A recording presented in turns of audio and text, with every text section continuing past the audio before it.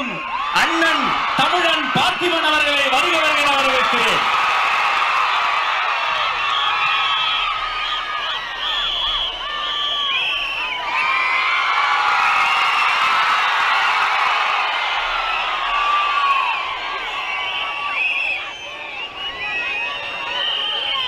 முப்பது காலமாக தளபதியின் ஒத்த முகத்திற்காக தன் ரத்தத்தையும் வேர்வையையும் உழைப்பையும் சிந்தி இந்த தமிழக வெற்றி கழகம் உருவாக காரணமாக இருந்த மக்கள் இயக்க நிர்வாகிகளே, உங்களை வணங்குகிறேன்.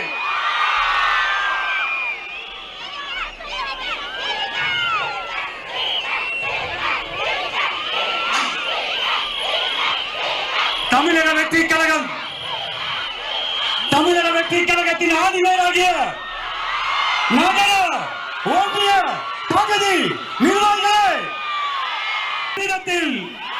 அமர வைக்க இருக்கும் பூத் கமிட்டி நிர்வாகிகளே,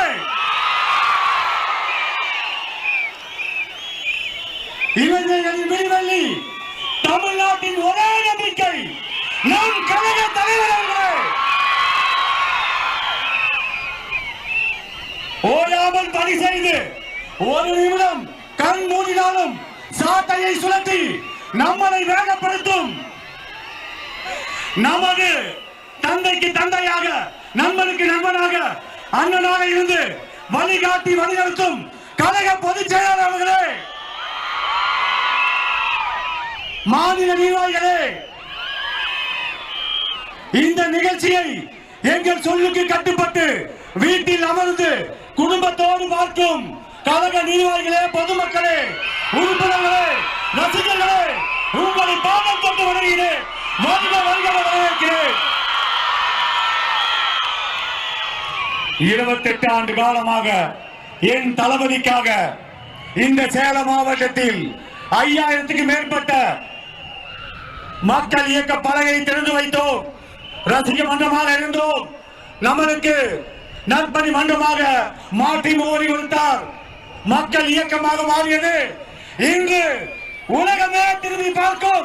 அவர் ஒரு மொழி என்ன பேசுவார் என்று பார்க்கும். தமிழக வெற்றி கழகத்தை நமக்காக உருவாக்கி கொடுத்திருக்கிறார். எத்தனை நல பணிகள் சேலம் மாவட்டத்தில் 2011 மாபெரும் நலத்திட்ட உதவிகள் வழங்கினோம். நீங்கள் எல்லாம் சேர்ந்து வழங்கினோம். எத்தனாயிரம் ரத்த தான முகாம், வெளியில்லா விருந்தகம் சேலம் மாவட்டத்தில் 3 இடத்தில் சிறப்பாக நடைபெற்றுக் கொண்டிருக்கிறது. 5000 நாட்களை கடந்து நடந்து கொண்டிருக்கிறது. அரசு மோகன் குமாரமங்கல மருத்துவமனையில் இன்று வரை தமிழக வெற்றி கழகம் தான் சென்ற ஆண்டு கூட அதிக குருதிகான முகாமை ஏற்படுத்த விருது வாங்கியது. இதுபோல் உங்கள் ஒற்றுமையோடு இவ்வளவு பணிகளை செய்து கொண்டிருந்தோம். அப்படி செய்து கொண்டிருந்த காலத்தில் தான் தமிழக வெற்றி கழகம் உருவாகியது. அது இந்த சேலம் மாவட்டம் 11 தொகுதி கொண்ட மாவட்டத்தை நிர்வாக வளர்ச்சிக்காக 5 மாவட்டமாக பிரித்தார்கள். நான் எல்லாம் சாதாரண தொண்டனாக இருந்தேன். எனக்கு சினிமாவில் வாய்ப்பு கொடுத்து 15-20 படங்களை நடிக்க வைத்தார் என் கழக தலைவர் தளபதி.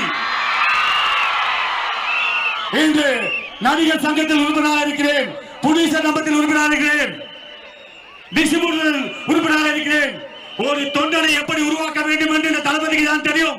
அதே போல் நம்மளோடு நம்முடன் இருப்பவர்தான் ஒருத்தர் முதலமைச்சராக வேண்டும்.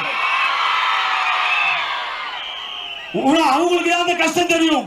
தளபதி பெரிய கோடு ஆனா கோடி பரம்பரையிலிருந்து வந்தவர் அல்ல. கஷ்டங்களையும் அவமானங்களையும் அசைகளையும் பட்டுதான் இந்த நிலைக்கு இருக்கிறார். அப்படி பார்க்கும்போது உனக்கு என்ன தேவை, இந்த ஏழைகளுக்கு தேவை என்பதை அவரால் தான் யூகிக்க முடியும். அவரால் தான் முதலமைச்சராக இருக்க முடியும். நம்மில் ஒருவர் முதலமைச்சராக இருக்க வேண்டும். அப்படியெல்லாம் உழைத்து 5 மாவட்டங்களாக பிரிக்கும் பொழுது சீமான்கள், பணக்காரர்கள் கோடிக்கடியாக கொட்டுகிறேன் என்று சொல்லும் போதும் என் கழக தலைவரும் தளபதி அவர்களும் என்னை மாவட்ட செயலராக்கினார். என்னுடன் இணைந்து 4 பேர் வசதியே இல்லாத அவர்களை ஒரு இமை பரிதும் யோசிக்காமல் கழக தலைவரும் பொதுச் செயலரும் மாவட்ட செயலராக்குகிறார். இன்று சேலம் மாவட்டத்தில் 5 பேர் இருக்கிறோம். அதே மாதிரி ஒன்று சொல்லிக் கொள்கிறேன். வருகின்ற சட்டமன்ற தேர்தலில் இதுவரை இல்லாத வரலாற்றில் நிகழாத நிகழ்வுகள் ஏழை எளியோர் அத்தனை பேரும் எம்எல்ஏ ஆக்க முடியும். அப்படிதான் உருவாகியது சேலம் மாவட்டத்தில் இந்த தமிழக வெற்றி கழகம். எவ்வளவு உதவிகள், எத்தனை கைம்பெண்களுக்கு தையல் மிஷின்கள், எத்தனை நலத்திட்ட உதவிகள். நன்றி. காலதாமதம் இல்ல அண்ணவர் அவர் எல்லாம் அவர் தலைவருக்கே சிக்னல் காட்டுறவர். எனக்கு சிக்னல் காட்டுறதும் பயந்துட்டேன். எத்தனை உழைப்புகள் உங்க எல்லாத்துக்குமே தெரியும்.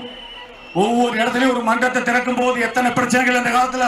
இப்பயாவது 4-way ட்ராக் இருக்கு, ரோடு இருக்கு. இந்த 5000 மன்றங்கள் திறக்கத்துக்குள்ளும் என் மக்கள் இயக்கத்தை நிர்வாகிகள் எவ்வளவு பேர் கஷ்டப்பட்டிருக்கான். இன்னைக்கு சொல்றாங்க பத்தியா, அரசியல் உங்களுக்கு என்ன தெரியும் சொல்றாங்களே. இன்னைக்கு சொல்லுகிறேன், இந்த 30 ஆண்டு காலமாக இந்த 5000 மன்றத்தை திறந்து விட்டு ஒரு மன்றம் திறக்க வேண்டும் என்றால் ஒரு இடத்துல திறக்கனா எதிர்கட்சி ஆளுங்கட்சி அத்தனை பேருக்கு பிரச்சனை பண்ண அந்த மன்றத்தை திறந்தான். 30 ஆண்டு காலமாக ஆளும் கட்சியும் பார்த்து விட்டோம், எதிர்கட்சியும் பார்த்து விட்டோம். இன்று எதிர்கட்சியாக இருக்கிறோம். 2026 முதலமைச்சராக கழக தோழர்களே, உங்களுக்கெல்லாம் ஒன்னே ஒன்று சொல்லிக் கொள்கிறேன். உங்களிடம் இருக்கும் தாழ்வு மனப்பானை தூக்கி எறியுங்கள். எந்த வகையில் மாற்று கட்சியை சேர்ந்த ஒன்றிய நகர பகுதி செயலாளர்களை விட நீ கீழே இருக்கவன் இல்ல, அவர்களை விட நீ மேலே இருப்பவன். அந்த காலத்திலேயே எதையும் எதிர்பார்க்காமல் தளபதிக்காக நீ ரத்தத்தையும் சிந்தினான், உழைப்பையும் கொடுத்தாய். அவருக்காக அரசியலுக்கு வருவாரா வரமாட்டாருன்னு தெரியாது. அவர் ஒத்த முகத்துக்காக தான் நீ அவ்வளவு செஞ்ச. இன்னைக்குதான் அரசியல் வந்திருக்காரு, எதிர்பார்த்து செஞ்சியோ? அப்படி பார்க்கும்போது நீ பக்கத்து வீட்டுல ஒரு வார்டு கவுன்சிலர் பார்த்தாலே எவ்வளவு சந்தோஷப்படுற. வருங்காலத்தில் நீங்க இருக்க அத்தனை பேரும் அரசு அதிகாரத்தை பகிர்ந்து கொடுப்போம். தளபதி முதலமைச்சர் ஆவார். உங்கள் எல்லாத்துக்கும் சொல்றேன், உழைச்சவர் அத்தனை பேரும் அரசு அதிகாரத்தை பகிர்ந்து கொடுப்போம். அதே மாதிரி ஒன்னே சொல்லிக்கிறேன், 234 தொகுதியிலும் தளபதி மூளை முடுக்கெல்லாம் வர வேண்டும் என்றால் நமது ஆட்சி நடக்க வேண்டும். காவல்துறையினர் இப்ப பாருங்க எவ்வளவு டிமாண்ட், 51 கண்டிஷன் போடுறாங்க. இந்த கண்டிஷன் ஆளுங்கட்சிக்கு போறதுக்கு திறமை இருக்கா உங்களுக்கு சொல்லுங்க பார்க்கலாம். ஆளும் கட்சி மாநாட்டில் கூட இத்தனை ஆம்புலன்ஸ் வண்டி இல்ல, இத்தனை மருத்துவர் இல்ல, டாய்லெட் பாத்ரூம் குடிநீர் அவ்வளவு ஏற்பாடு பண்ணிருக்கோம். எல்லா கட்சிக்கும் 3 உதாரணமா செஞ்சிருக்கோம். நன்றி, வணக்கம்.